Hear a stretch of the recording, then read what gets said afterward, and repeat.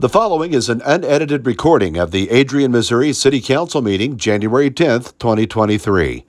Just prior to the beginning of the meeting, Mayor Matt Cunningham presented awards to 3 city officials for their outstanding service. Those went to Gary Disney, Yvonne Hall, and Brian Bierce.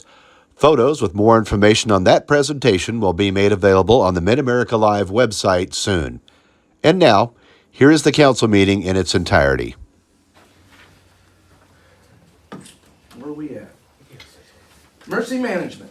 What do you got for us? I did a siren test a few days ago, everything went fine. Come on up to the podium, Flag. Just in case. Just in case. Yeah. Okay, did siren test the other day, last week, everything went fine, sirens are working. Chief Disney and myself are going to go down to Jefferson City, I believe sometimes next month, and look through the surplus items and see what we can come up with for emergency management and fire departments. That's it. Thank you. Appreciate it. Good job. All right. Mr. Disney, Chief.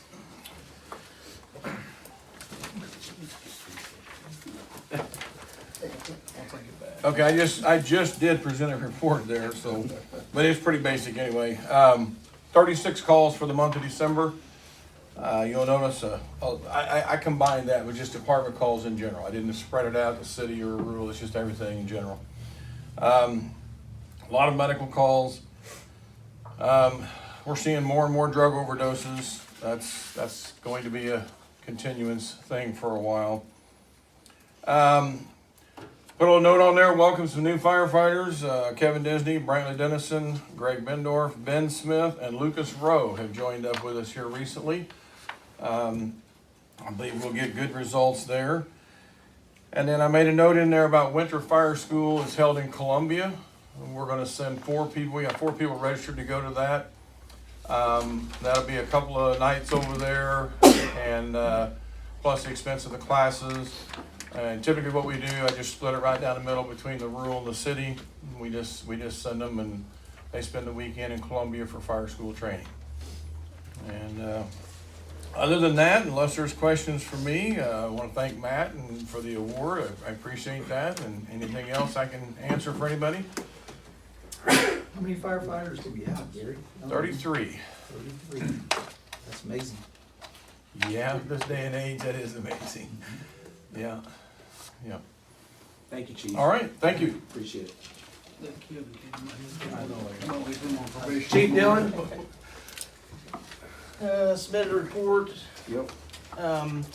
Guys, we had 86 calls for service, 7 incident reports. We had 5 arrests and 10 citations issued.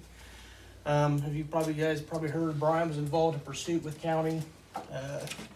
He's currently out on medical leave right now. We're not really sure. When's your doctor's appointment?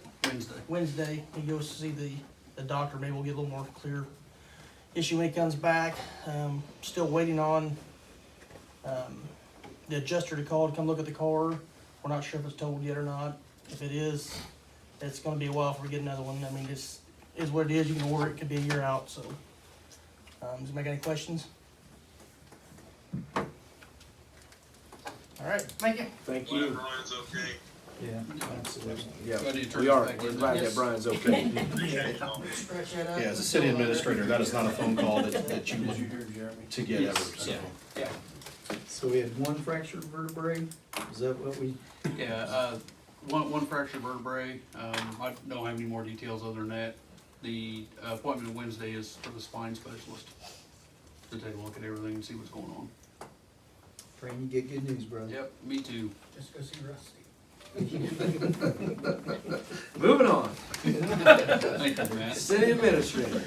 So I've submitted my report online, submitted in a format so that no one had to turn it this time.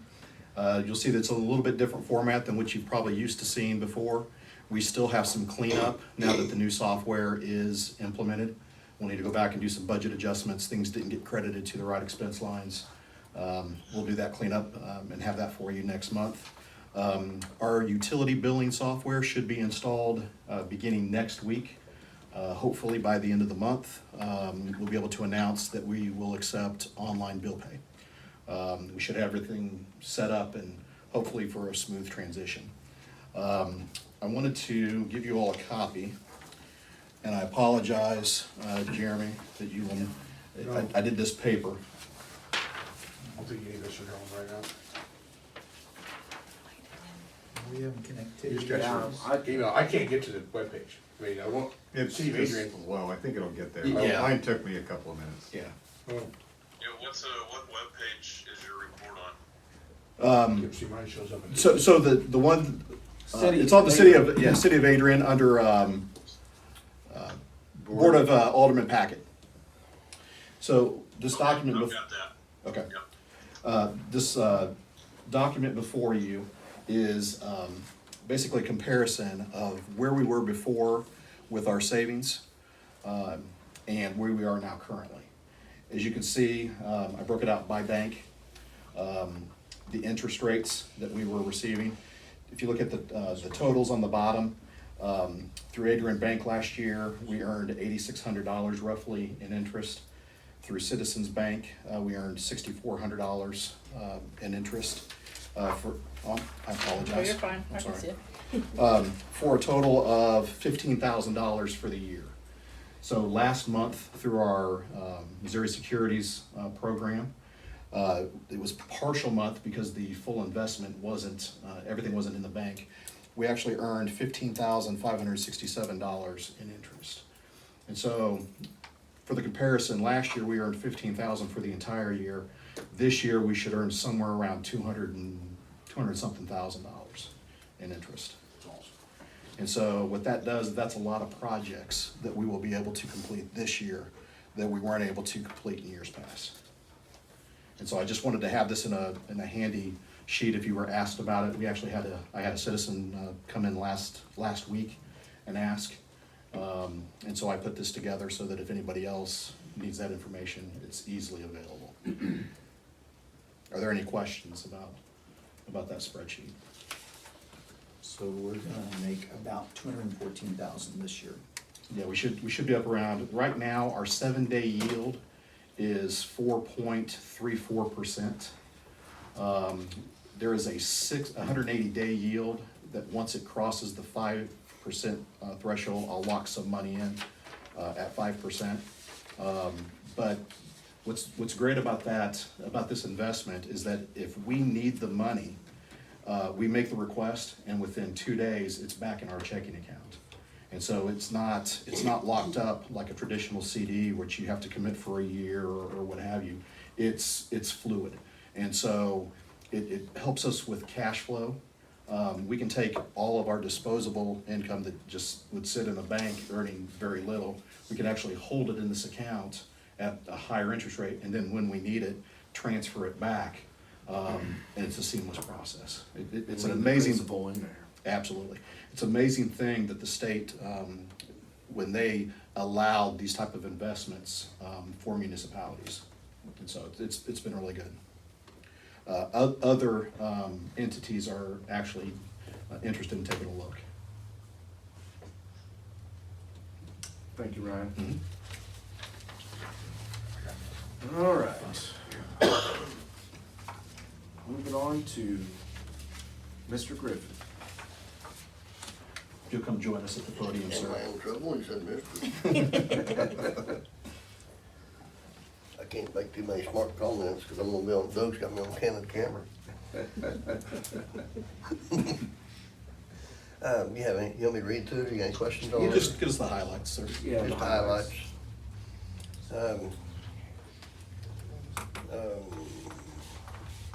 Did quite a bit of cleaning out in the shop, which is well overdue. They did get the trash receptacle put back up there by the bowling alley from that vehicle accident we had a while back, and they ruined that one, and we had a spare. They went and got it put up. We got lucky on the frozen meters. I don't think we actually had any. I mean, unfortunate for the landowners, they had the issue on them, but you didn't have any. Guys been plugging away at working, changing the meters out when they can. They've been attempt to keep these brand new trucks fairly clean, which we're very thankful to have.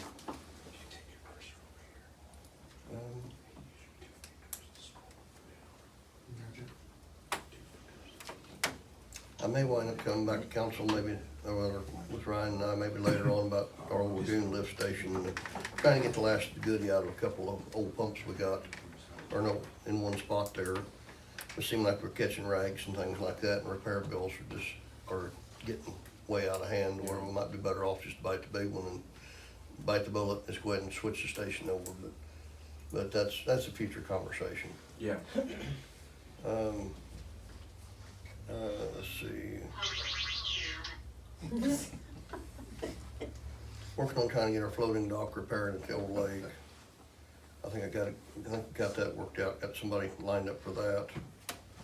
We can't seem to hold it in one spot.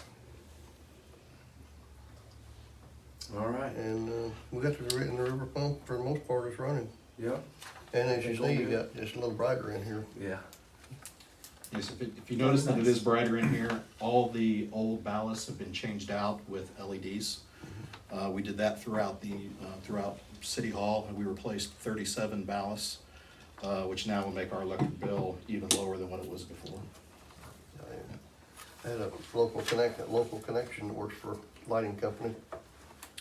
She lives out here east of town, and we went through the Evergy dealer for our shop and replaced the LEDs, so contacted her, and she was more than willing to help Brian and get set up everything we needed. Yeah, so we paid it for them up front, and then we're gonna I've already submitted the grant request, and so they're gonna reimburse us half the cost of the ballast and all of the installation costs. So it's only gonna be, I think, maybe $1,000 is what the net cost of the city total. Thank you, Mark. You're welcome. Mr. Williams. I did not submit a report because we didn't have much going on, so that's the reason that is. I do, still working on the generator issue, on trying to get that repaired, still waiting on a schedule to date and get the parts in and work on that. I do have one mixer motor at JCI, still waiting on cost of that, don't know what's involved with that and stuff.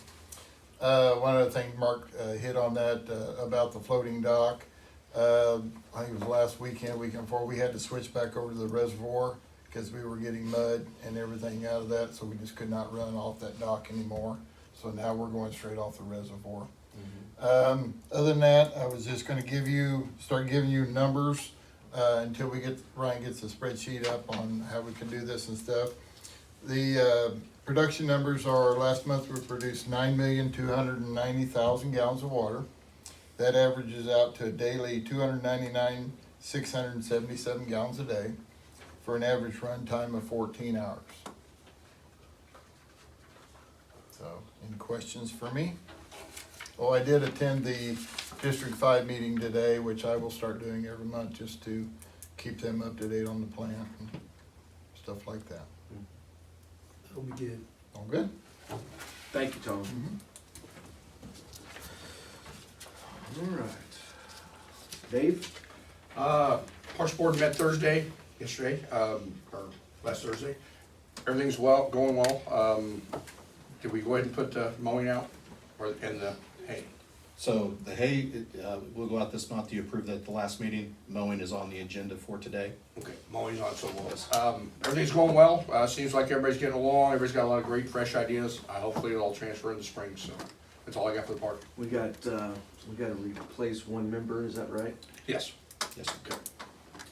All right. Will we have a park person come share like all the other ones The library comes annually. annually? Yeah. Okay.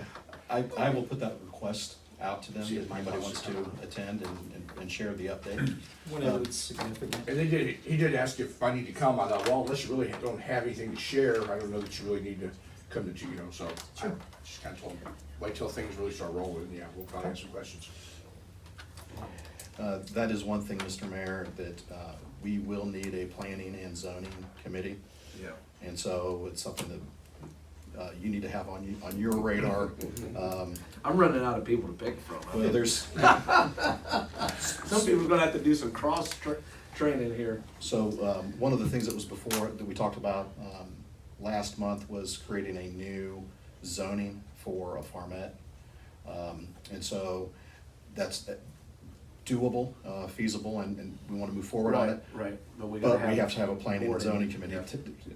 Unfortunately, the council, the Board of Aldermen cannot approve that. Sure. It's actually in our code that we actually have to have a planning and zoning committee. So, I know that Ms. Tyndall volunteered for it at our last meeting, and so we'll Yeah. need 8 more. I think we had another volunteer on the back row. I have a question about that. You Does do. Does it need to be in the town of Adrian, the people are residents? Yes. Everything It- that has anything to do with the city has to Okay. be dealing with city residents. Okay. All right. Moving on. What do you have for us tonight? You know, I mean, I spoke so much last month that I feel You like did. I can. I'm just barely getting over it. I know. I do not have anything other than there will be further updates coming with the recreational use marijuana stuff as we are rolling it out. The next thing that you all are likely to see is an update to your employment policies. Ryan and I have already been speaking with that. The benefit to Adrian is we are already working on that for several other cities. And then we will just adapt what we put out to your all current policies and fit it into the policies that you amended last month to ensure that it meets with the new constitutional amendment. Okay. Just a question, Yep. February 8th rolls in, Mm-hmm. a place in town wants to sell pot. Can they not? I shouldn't say that, marijuana. If they want to sell marijuana, can that happen on February 8th, or do we have to pass something before they can? This is a personal asking, I don't No, know. they cannot. So unless they have gone through the proper channels to receive their licensing for it, they cannot. February 8th is going to be the day that most medical marijuana facilities that are already Right, they can up and sell to the licensed. public. Right, so they were allowed to go ahead and apply to have their current license converted over to Okay. a recreational use. If they did not hear back on that, it would be automatically granted as of February 8th and they could start selling. The place that you have in town is not allowed to sell at this point, which means they have not gotten their license. Okay. So they do have to go through those extra steps. So I'm not sure if they've even started that process. That was my next question. I don't know. Right, so I if think they they, told me they weren't interested in doing that. Oh, okay, I just didn't There know are- if February That's 8th rolls just around, somebody what's gonna telling happen, me what things, happens. right. Okay. All right. Anything else? That's it? Okay. That's it. Thank you. Jeremy, do you have anything from the finance committee? Some of the members of the committee met a couple of weeks ago. We discussed the finance committee resolution as it stands is more or less obsolete, given the fact that we have a city administrator now whose job responsibilities include everything that the finance committee was established for. My recommendation at this point to you, Mr. Mayor, and to the rest of the board is just to dissolve that committee, to do whatever we need to do to undo that resolution, and then consider authoring a new resolution where we would have a financial oversight committee that would maybe meet yearly or bi-yearly, that would basically be a citizen oversight committee that could give input for, you know, what the citizens think we need to be spending money on, and also still allow some of that transparency. But our budget now is completely transparent. It's on the website for anybody to see.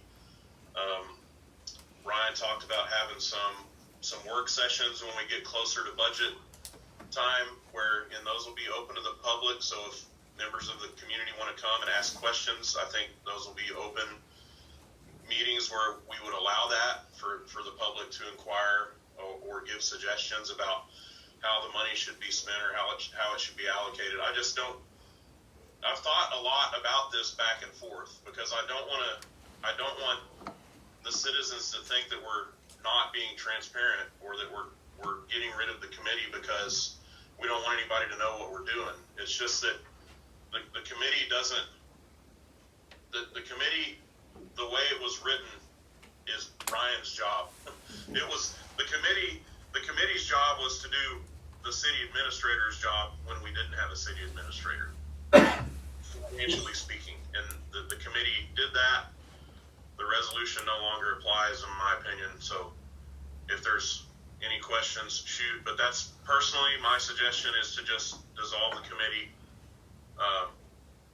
get rid of the resolution, whatever the legal jargon is for that, and then consider maybe over the next month or so authoring a new resolution, inviting the same members back, because I know a couple of the members did express that they would be interested in being on the new committee, but just with a different ability or a different purpose. I agree. And that's all. So with your permission, I'll bring a couple of different solutions to you next meeting. Yeah. We're all busy. There's And no I'm need not to have a sure committee that if we doesn't need have a purpose. if we need to make a motion to like I said, to dissolve that committee or to Well, we'll dissolve it and reinstate one on the next all in meeting. one swoop. Okay, Yep, all in one swoop. that's fine. Yep. Yeah, All right, thank you, Jeremy. you're welcome. All right, consent agenda. This is Make a where we. motion, we approve the consent agenda as presented. Second. Alderman Hummel is seconded. All in favor? Aye. Aye. And so generally, what you're seeing in the consent agenda is the minutes from the last meeting. Right. And then in section B, you're seeing all the bills, the reports that you basically approved through our new process for the month of December.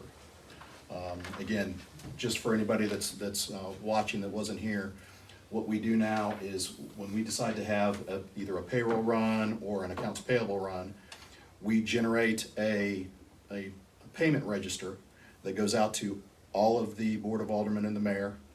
Everybody sees it. Once everybody has signed it, then we print checks and we issue checks. So there's more transparency in our process now than what there was previously by just requiring 3 signatures on the checks. And so what this is everything that was paid last month.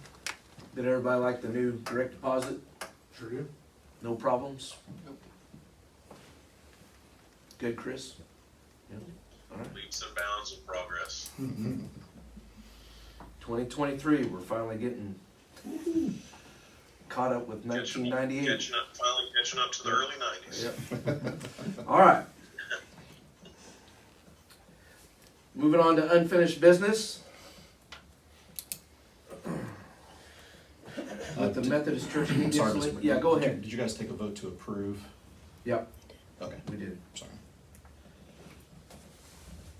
All right, going to unfinished business.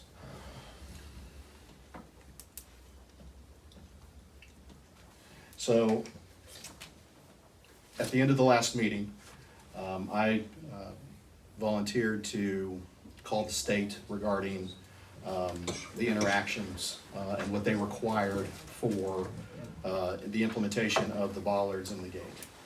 I called the director down in Jefferson City. She actually put me in contact with the person here in Kansas City that actually did the actual inspection. Spoke with her, and in the process, I believe her name was Shelby.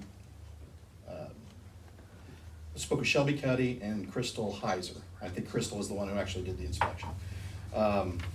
And what I was told is that the state did require the implementation of the bollards around the outside of the fence for safety. When it came to a safe passage for the children, the state's recommendation was removable traffic cones that could be put out, the kids could cross, the traffic cones could then be removed. As the conversation progressed, I was informed that it was actually the church that had recommended installing the gates and closing down the alleyway. The state does not require that. The state does not view the alley as an issue. I brought up the concern that as the attendance grows at the daycare, they were concerned that as they added more children, that there was going to be additional issues. I was informed and assured that the alleyway would never become an issue. It was a non-starter as far as the state was concerned. They said that that the daycare would have other issues that they would have to rectify, but the alley and that wasn't an issue. So based on that information, I don't have enough reason to shut down an alleyway in the city. So my recommendation is to leave it as it's left now. We approved the bollards around the outside of the fence, but to not approve a gate at this point. The daycare could always apply for a variance and go through that process, go through, correct? But at this point, like I said, one of the reasons why I considered it is that I was told initially that it was being mandated by the state. When that proved to not be the case, it's hard for, like I said, it's hard for me to shut down access on a city roadway without either a state mandate saying, hey, we really want you to shut this down. Okay. Did We've they got a put- representative from the daycare, so. Were they putting that in writing for you? I can get it in writing. She also said that she would come and she would testify.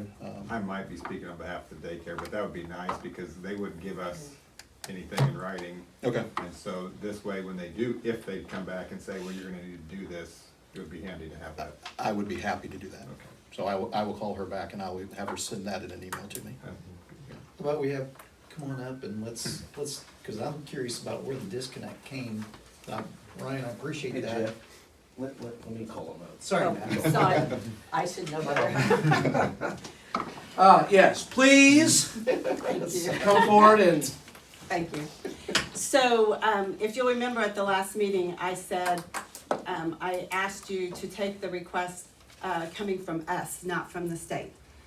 She did tell me that. I wish Matt would have been standing there with us at the time, but he had gone to handle some other issues. But she did tell me all of those things. Didn't come say any of those as a lie. But when I called her back, she said, well, we can't fight against something that the city, something with the city. All we can tell you is that you have to have safe passage. So safe passage is whatever. She was the one that said some places I've seen have been able to install gates. So she mentioned the gates first. And then, of course, if you guys know Pastor Chris, he ran with that. So anyway, she mentioned putting the cones out, the removable cones. But to me, that's still blocking the alley if we put out the removable cones, just the same way we're asking to do with the gates. And when we use the word closed, we're not asking to close the alley. We are only asking to put the gates across there when we're moving kids across to the playground and while they're playing and when we're moving them back, to leave them there. Today was a perfect example. I watched two teachers take our little 2-year-olds out. I believe there were 8, walking across, the teacher in the front, teacher in the back, walking the kids. They stopped on the concrete like we've taught the kids, where we always stop to look both ways. And when the teacher turned around to look at the kid behind her, one of the other little 2-year-olds took off and ran across the alley. That's just what we're trying to keep our kids safe. And today, there were no cars went down the alley today. Most days there are no cars that go down the alley. But when they do, it's for stupid reasons and it's at a stupid speed. And so if we can put those gates across just to keep our kids safe, it's gonna prevent a lot of heartache in the future, a lot of hassle for you guys in the future, just to be able to do that. And I wouldn't be here tonight if I didn't feel strongly about this, but I feel strongly that we are an important business in this town. We are serving the patrons of this town, and we are trying to keep kids safe. And just something simple as putting those gates across there. It would be different if we didn't own both sides of the alley.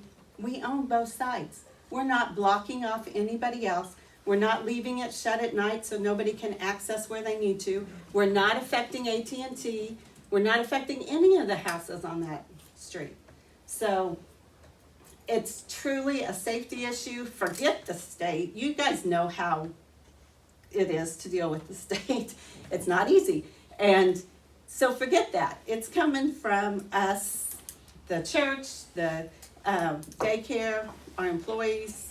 And if I need to, I'll get petitions signed by all the parents asking for it. But I don't know. Sorry that I'm rambling, but That's all right. Thank I you. feel pretty passionate about it. Thank you, Jackie. Discussion? Or a proposal? Come on up, Ellen. Hang on a second. Jackie. Hang on a second, Jeremy. So I'm the church council chairman. And so what is an option between the cones and the gate? Like, what is something that would satisfy everyone here? Meaning, can we just move a gate and just not have it stationary? I guess maybe I'm missing what the problem is with swinging a gate out there, or like setting a gate there versus just setting cones up. So maybe you guys can. I'm missing who we're disrupting. I was just curious about that. And when I say a gate, like, if we put red cones up, let's say we put 8 cones across there. So what's the difference with that and swinging a gate out there? I can run over the cones. Right. Well, That cones was are my temporary. I mean, a And gate the is gate- permanent. Gate is a permanent No, structure. it's The not, gate but- would not, from what my understanding is, the gate is not, gates and fences aren't permanent. It can't be permanent. It can't close Oh, off. it is. It's attached to But- the ground, correct? The gate will No, be? fences How's it and gonna hold gates- itself up? How's the Fences gate and hold? gates are not permanent, like a structure that you're referencing. It's on But- wheels. But if it swung out, I'm just saying, like, what is a solution you guys have for us versus cones? Because I don't really think cones are gonna cut it. That's my thought. Do you think people will run over the cones and run over kids? I mean, is that what you're thinking? I watched a woman. I don't know. You know what we're talking about, and Yeah, I'm just answering your question. I'm trying not to jump in on one side or the other. The school bus was parked in the alley, waiting for a little girl that gets on the school bus every day, and this woman took to the south, pulled off onto the driveway, onto the alley, to the south, between the school bus and the church, and then back around and down the alley she went. I feel like she would have ran over cones, just because she was all over just for example. Jackie, I'm trying to visualize what you guys are asking for with the gate. So are you guys wanna put up like a bifold gate that opens, or one that slides along Back there on the east-west? alley, there is, at the end of the alley by the road, there are 2 bollards there, Mhm. and one of them would hook the gate there, and it would shut there. And then the other 2 bollards to hook the gate to are down by the, where we poured the concrete pad. It's Right. just on the other side of the concrete pad there. I know. And I'm so not it sure. leaves just a space.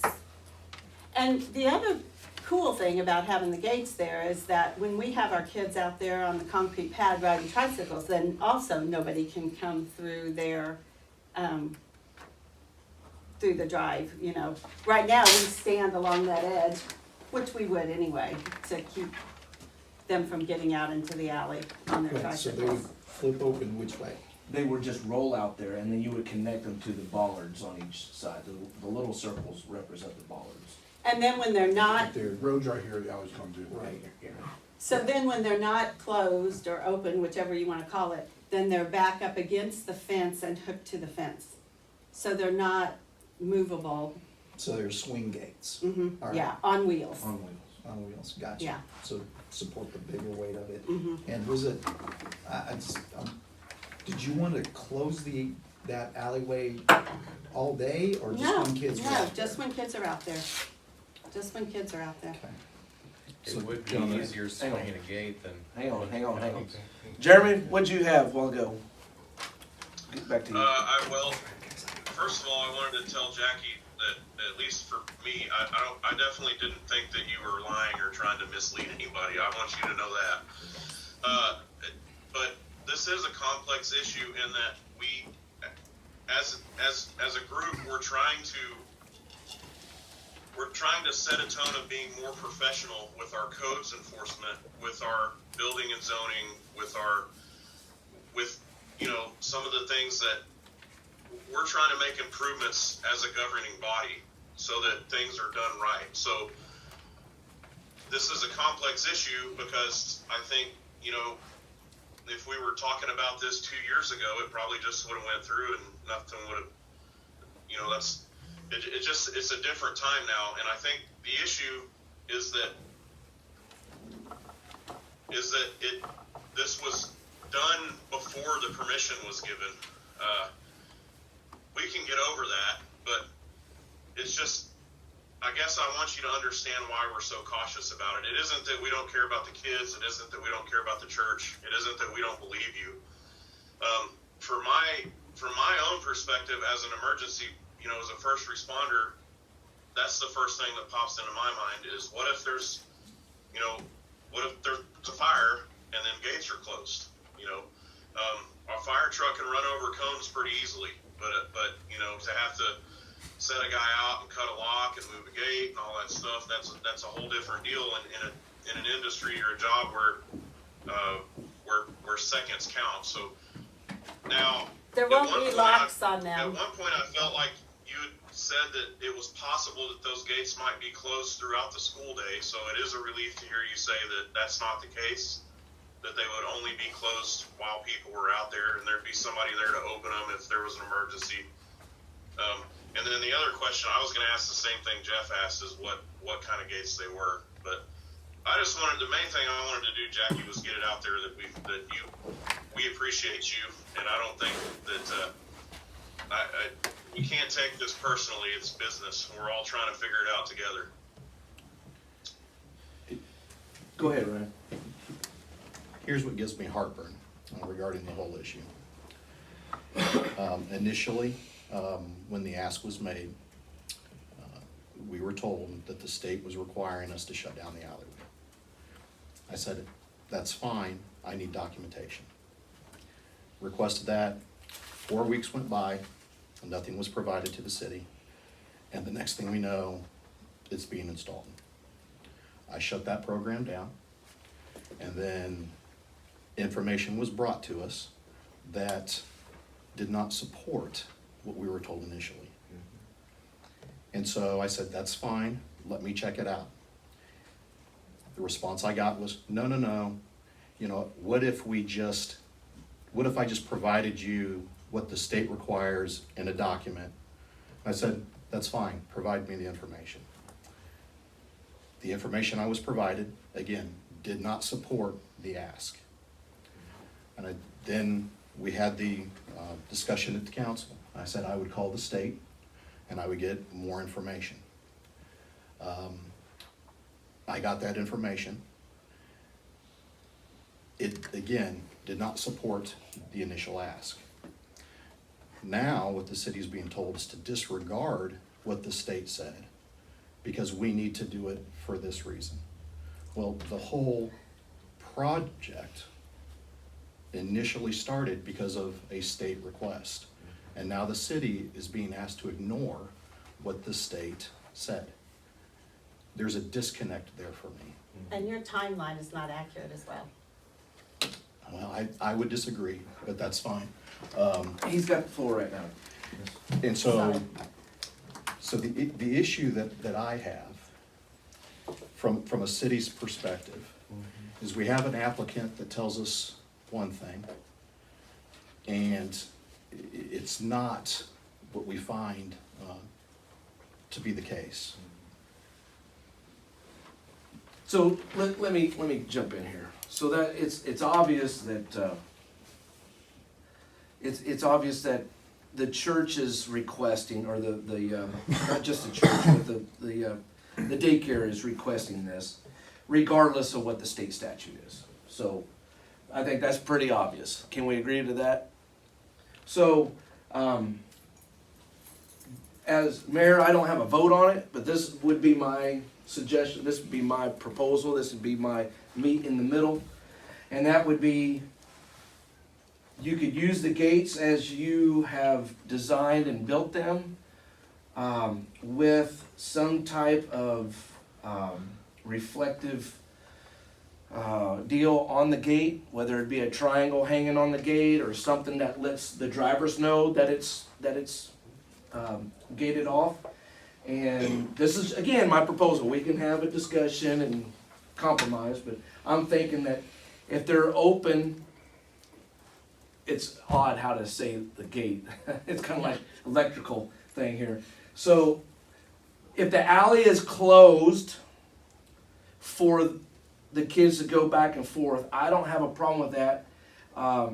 But I think since they're going to be easy to open and close fairly, on wheels, attached to the bollards, I think you should open up the alley as soon as those kids are in the playground or back in the school. That's my proposal. So you guys can think about it, discuss it. So with respect, since the decision had been made previously to not allow it, the next step, if the daycare wants to proceed, they would need to appeal the administrative decision before the Board of Zoning Adjustments. So they would need to go through that process. It's kind of out of your guys' hands. Can I speak on this? Please. Okay, so there's also an alternative way to handle this. Because the request has changed substantially from the first one, they could actually file a new written request for just these particular gates that detail out the hours and days, because it sounds like that plan has changed from what the original request was going to be. And in there, anything that the board would like for them to address, such as emergency services access plan, thing like that, could be addressed within that written request, so that all of those questions are answered, and then it gives the city any and all information to make that decision, so that you don't have to go through this process again. Because, as Ryan was saying, typically the way this goes, your initial request was already denied. However, because like I said, it has substantially changed from what that first request was, and now it's based off of a completely different thing. This is not based off of a state mandate, this is based off of just the church wanting this, and it seemed before that the hours were going to be all day, and you also wanted some on Sundays, it seemed like as well. So now, this is a whole new decision. And so then it gives the city staff the opportunity to review that request, look at it, and then bring it to the board separately. If you do not want to do that, then you have to appeal the original decision, which your original request is different than what you're asking for now. Does that make sense at all? Is the original request what Chris put in? That is correct. Okay. And I have no idea what was on that because I didn't put that. Yeah, there was a lot of misunderstanding. Ryan, thank you for doing the due diligence, and I know that you took it on the chin, just trying to do your job, and so thank you for that, I appreciate that. I personally, as a city alderman, I'm not opposed to the gates for safety reasons, and if our understanding is they're just gonna be used when the kids are going back and forth, to me, that seems like a real, that's not a reach, just to be able to do that. But that was nowhere close to the original terminology that we heard, that I heard personally. I'll say my interpretation of it originally. So if we're talking about putting the gate up for the safety of the kids, when the kids are going back and forth, yeah, all it would take is just one time where a kid gets injured or hurt, and wow, that just dramatically changes a lot of things. So I personally am okay with a gate, with the understanding that it's being used during operational hours when the kids are coming back and forth. So, because there's obviously going to be more discussion about this later on, why don't we settle it right now as far as proposing asking for a new proposal, asking for a new request, based on what we've heard tonight, and give us the information about, what would happen in case of emergencies and all that kind of stuff. And then we'll, So is there a form I fill out for that request, or is it just write something up and give it to you? what would you suggest, Ryan?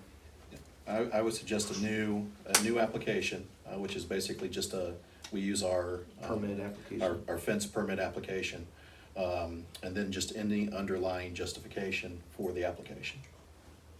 And where do is that online? No, you'll have to get it from here, and we'll provide it to you before the end of the meeting. Okay. Everybody happy with that so far? Sure. Okay.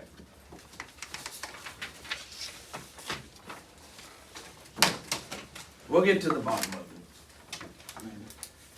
Jeremy, you got anything else before we move to new business? Nope. Okay.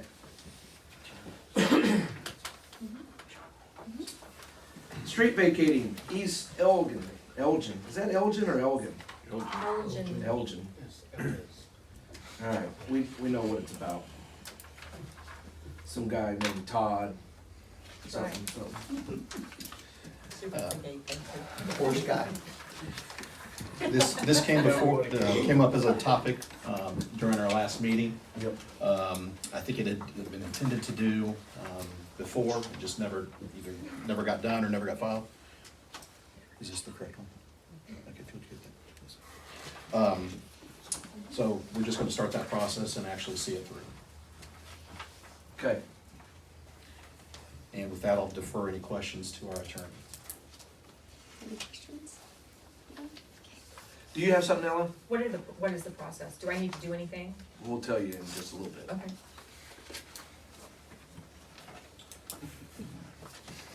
It's very similar to the one that we did last summer for the Arthur Street. Right. So, So we're gonna be able to do that tonight? Mhm. We got it ready. awesome.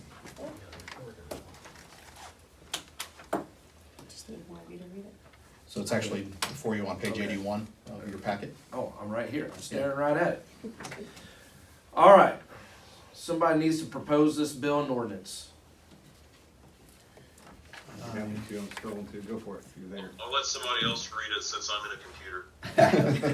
Make a recommendation, bill number 23-01, ordinance 1151, an ordinance of the city of Adrian, Missouri declaring the vacation of a portion of Elgin Street in the city of Adrian, Missouri. Second. All in favor? Aye. Aye. Second reading, please. Bill number 23-01, ordinance number 1151, an ordinance of the city of Adrian, Missouri declaring the vacation of a portion of Elgin Street in the city of Adrian, Missouri.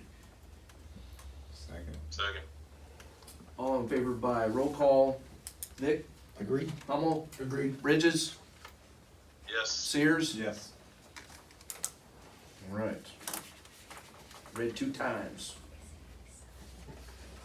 It is official. Now, are we gonna tell Ella what she needs to do?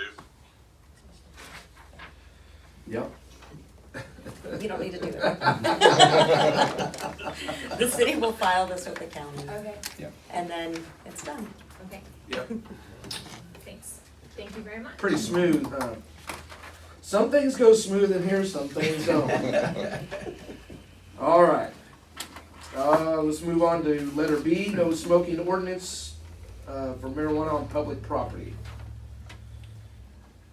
So with the new. Remind us again what this is. So with the new law change, Yeah. recreational marijuana has become legal. This basically just says that you cannot smoke it on publicly owned property. Sidewalks, parks, streets. That is correct. And anywhere that tobacco is currently banned, Sure. in addition. Right. So if it's not specific in here, the law does state that anywhere that tobacco is already banned, it flows over to marijuana as well. It's assumed. So if the city already had a no smoking thing, it would already be covered Yes. by this, alright. Or But we don't somewhere have where that. there's oxygen in use or something. Oxygen in use, right? And that's why I tell people, if you don't want any smoking there, put up a sign. Or strobe lights or something. You know, anything. I think you can, I think smoking makes strobe lights look Right. cooler actually. Marijuana plates, Put some water lamps out, strobes, disco. Alright, so we have that right here. Somebody wanna propose this bill number 2302 1152? I propose it. Okay, Do I need a second. Second. All in favor? Aye. Alright, Aye. now we need to do it twice? Yeah, if you'll just read the title. You have to I was read gonna it. say, do that. Well, you only need to read the title once, right? Well, you never read it the first time. No, I didn't get there. It's never I asked for read. proposal on bill number Bill number 2302. 2302, ordinance 1152, an ordinance of the city of Adrian, Missouri, amending the city code regarding marijuana. All in favor by roll, or second, sorry. Jeremy seconds it.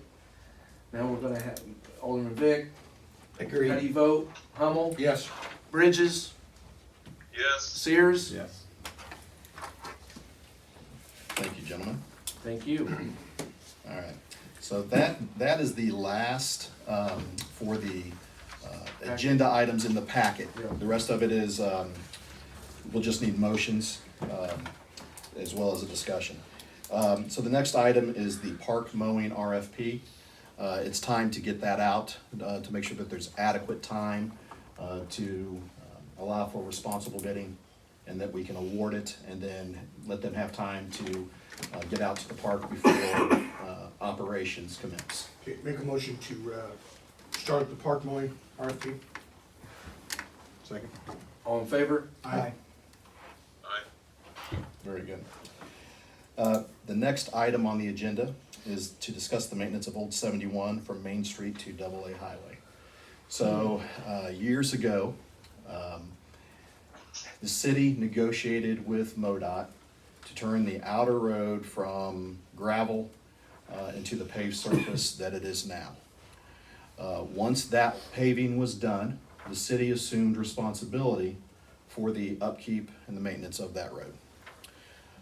When Scholar, if I'm saying that correctly, when Schooler came to town, they signed an agreement with the city because there was going to be heavy equipment, heavy trucks and trailers utilizing the outer road, that they would pay $7,500 a year in perpetuity to help with that upkeep.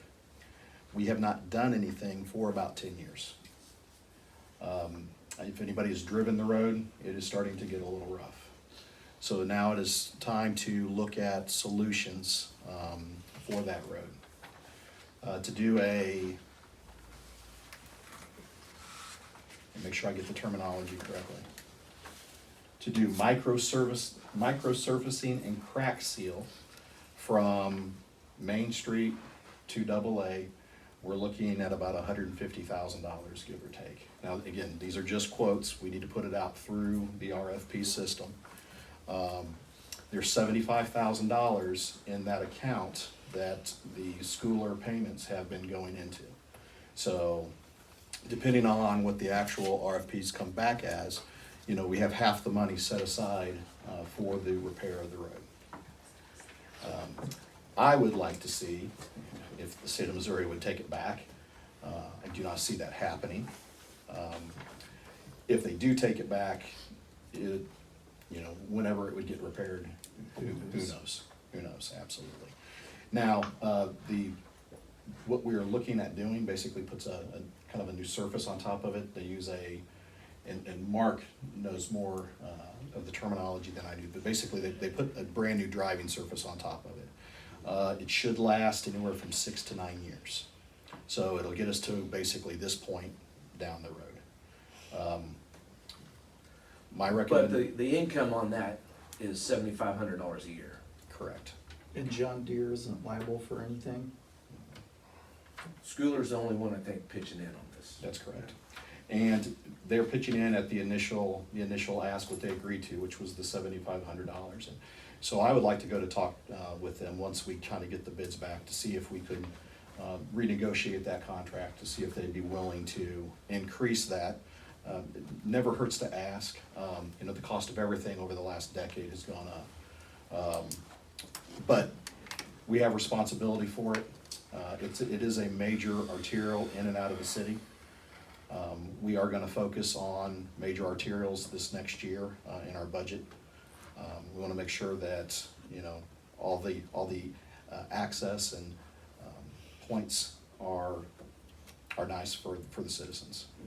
It's been a need for, yeah, it's always a topic of conversation. Mark, are you talking about like a 4-inch cap? Are you taking anything off or just putting stuff on? It's gonna be a kind of liquid, a thin layer. He's on 2 layers on the part from Main Street to the church. And then 1 layer from there, a double A. And it's estimated to last how long? You said? 6 to 9 years. 6, 9 years? So you said 2 layers up to the church?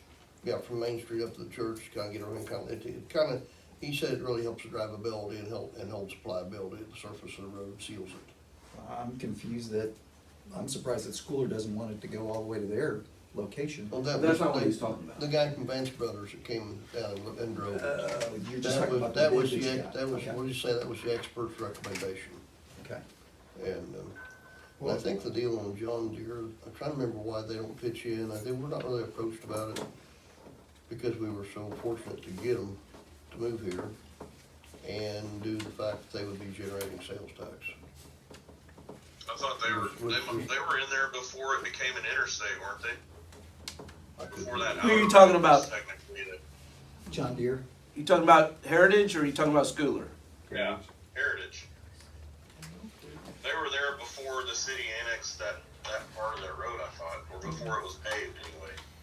Maybe not. No, the road was already there. It was already there. Okay. And the initial language also had one of the other road districts pitching in, but we've never seen a contract. Initially, the outline was that the city would supply all the labor and all the equipment, and then, I don't remember the name of the, who was it? Deer Creek. They would provide all the material to pave the road. But you can't ever find a contract where that was actually signed. It's referenced, but ours is to where we've agreed to take it over from the state, so Yeah. it's kind of left us in Yeah, that we're on the position. hook for it. So we're looking to discuss this now, or we're looking to pass something on this? Are we looking to push this forward? Initially, I just wanted to have a discussion. We will need to do an RFP to actually get a solid price through the bidding process. Are there any grant options out there? Possibly. I know there was one for transportation before, but the window's already closed. I'd have to look to see if there's any Tiger funds available. And I could definitely do it. But like I said, there's already $75,000 set aside specifically for this project. We can see about looking to match. I can check into that and get back with you. Yeah, this isn't a pressing thing that has to be done. I just wanted to start having this conversation because it needs to be, we need to do something with it this year. Gary? Can I ask a question about that real quick? If and when we start looking at doing something with that road, is there any options to help with water runoff down there in the low spot right there with John Deere, Scooter right in there? When we get those heavy rains like we had last week, that floods out right there. And then I've questioned the fact of, as a city, now that we're responsible for that road, do we need to go out there and do something with that? Do we need to, when there's flooding water across there, do we need to close it? Do we need to do something for a safety aspect? But if we're looking at doing something with it, can we also look into, is there a better way to get rid of that water quicker so we don't have that issue there? Just a question. We're gonna talk about it. Okay, that's fine. And I would say this, if there is ever an issue out there with that, you and Chief Dillon have full authority to shut down the street if you need to. I mean, if you got, for safety reasons, you gotta do it, you gotta do it. We had And it's, before. Sure you have. and it's my understanding that city limits extend all the way down that road to AA when they gave it to us, so Yeah, yes, that's what I understood, we do too. have responsibility. Okay. Yeah, we need to get these conversations going. Brian, thank you for putting that on the agenda. And then the last one before we go into executive session is the employee boot allowance. Right now, it stands at $100 a year, but with the cost of everything going up, it's hard to get a good pair of safety shoes for $100. I would ask that we increase that to a minimum of $200. And we require them to wear safety. We require them, that's correct.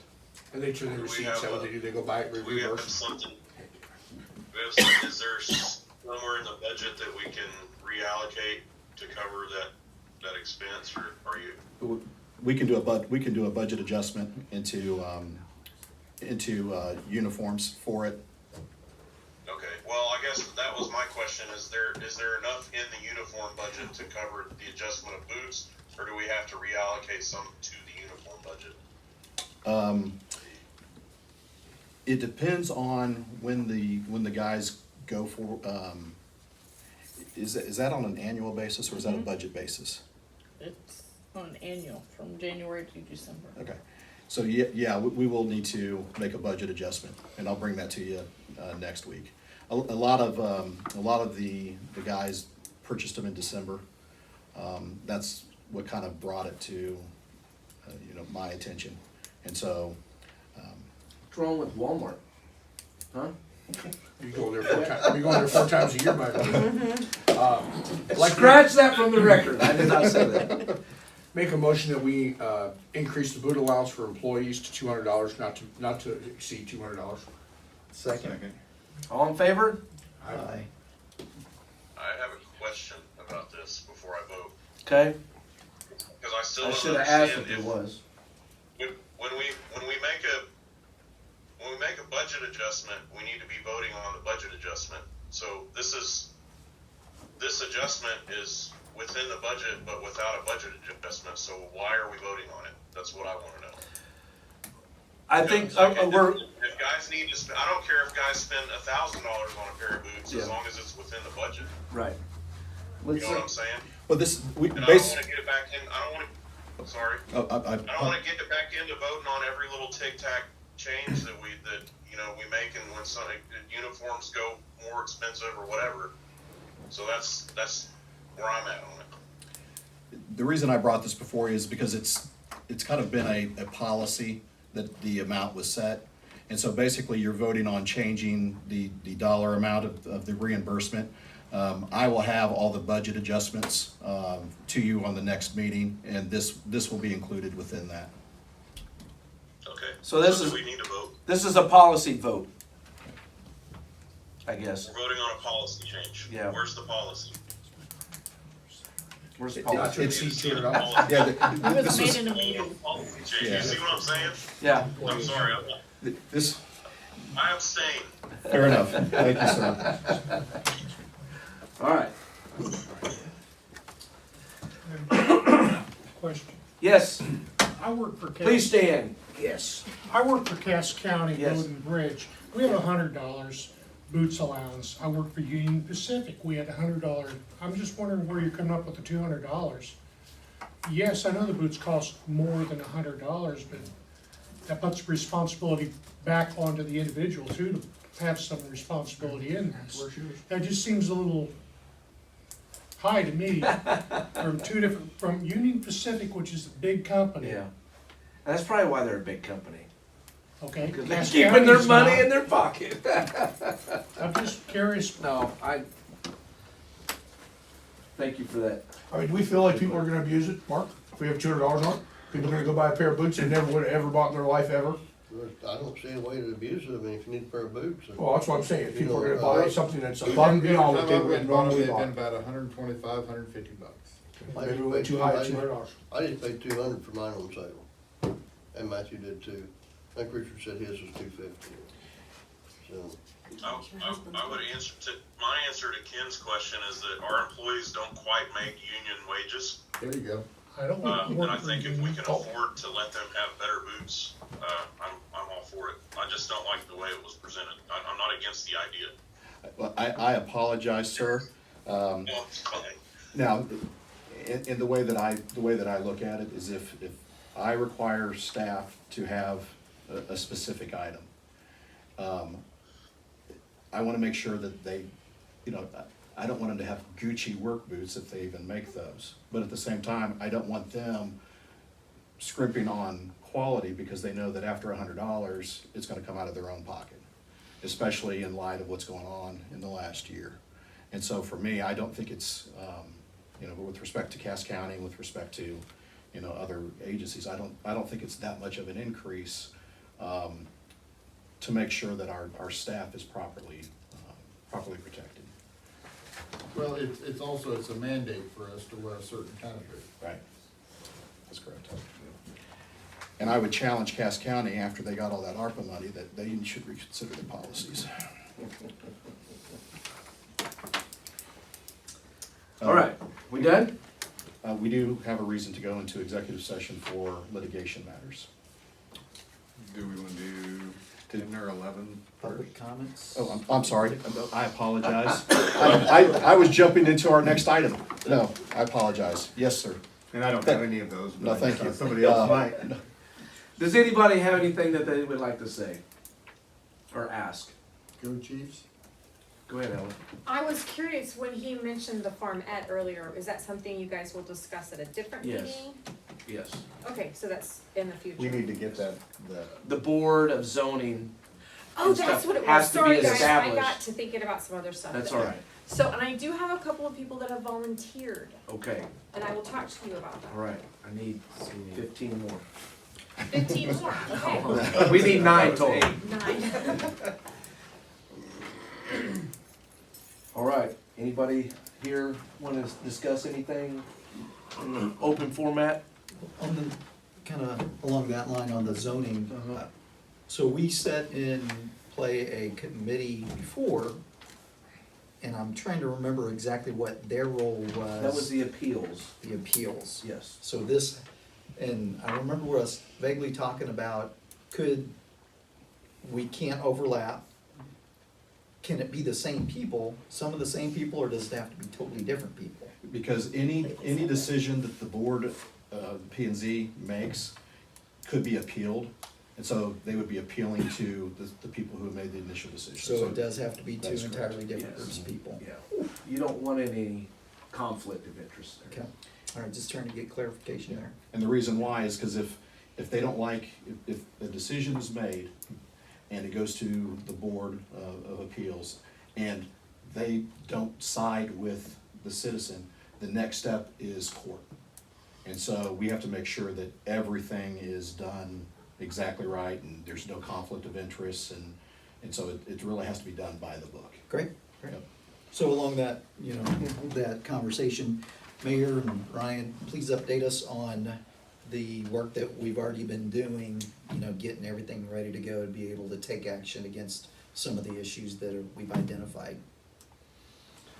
Go ahead, Ryan. Yes, sir. So as you know, we have a contract with, I think it's IBTC, to do our zoning and enforcement. Their recommendation is to notify the citizens of the community that, these changes have been made and to kind of give them an opportunity to correct any deficiencies on their own before we stepped in and took action.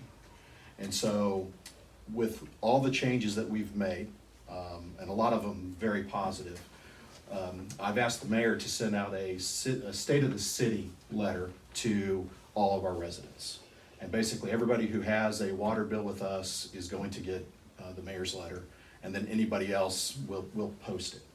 And in the letter, just notifying them of the changes. Hopefully, and one of the reasons why I've kind of delayed, is that we get the utility billing software in place so that we can announce that we have online utility bills or online payments. And so we'll send that out, And then, once that letter has gone out, then we'll start taking active enforcement on some of the higher priorities that we've kind of identified, the burnout homes, things of that nature. Thank you. Yes. So it's in the process. I apologize, I've delayed it a little bit because I wanted to get as much good news in for our citizens as possible. Thank you. Thank you, Jeff. Appreciate it. I do. Cause I'm right there with you, bud. I'm right there with you. I know this is probably more of a personal statement than it is anything else, but it surprises me how many people have a wide variety or a wide range of way they treat their own private properties. And we see a little bit of everything here in this town. So try to massage the small things, but I think as soon as this goes out, we give them a couple weeks to hear about it and a chance to do something about it maybe, and then we'll be knocking on their doors. Yeah, and fair is fair, and I'm glad we're doing all of our due diligence and being patient. And I also think this is gonna be an integral part of future business development. Right. If I'm a company out there that's considering where I wanna spend $500,000. Because we really haven't in this city before, Jeff, seen what's about to happen. And you would actually, and maybe you wouldn't be surprised, but many companies, especially your larger ones, the first thing they look at is they look at City Hall to see if it's in disarray before they decide to come to a community. I would. And if everything is not in alignment, the way that they view it is that, if it's not already kind of established and set and done, they don't want to be the people that go down the path, with litigation or what have you. They like just smooth transitions. And so the more that we can get our house in order, which we're making strides every day, the better that it positions the city in to attract that new business. Hang in there with us just a little bit longer, bud. We're almost there. We're there. I can see it coming over the horizon. Jeremy, do you have anything that you want to discuss before we go to closed meeting? I don't. Okay. Anybody else? Go ahead, Mark. Please stand up so we can hear you really good. Okay. Thank you. I hadn't had a chance to ask Ryan about it lately, but Ben, our legal counsel's here. Where are we at on litigation against the electrician firm on the river pole? So let's go into closed session, we can have that conversation. Oh, you want me to stick Yeah. around, or you Yes, guys? please. Okay. Yes. So let's have a Make a motion that we close regular session? Second. Second. all in favor? Aye. Roll. Oh, yeah. Go ahead.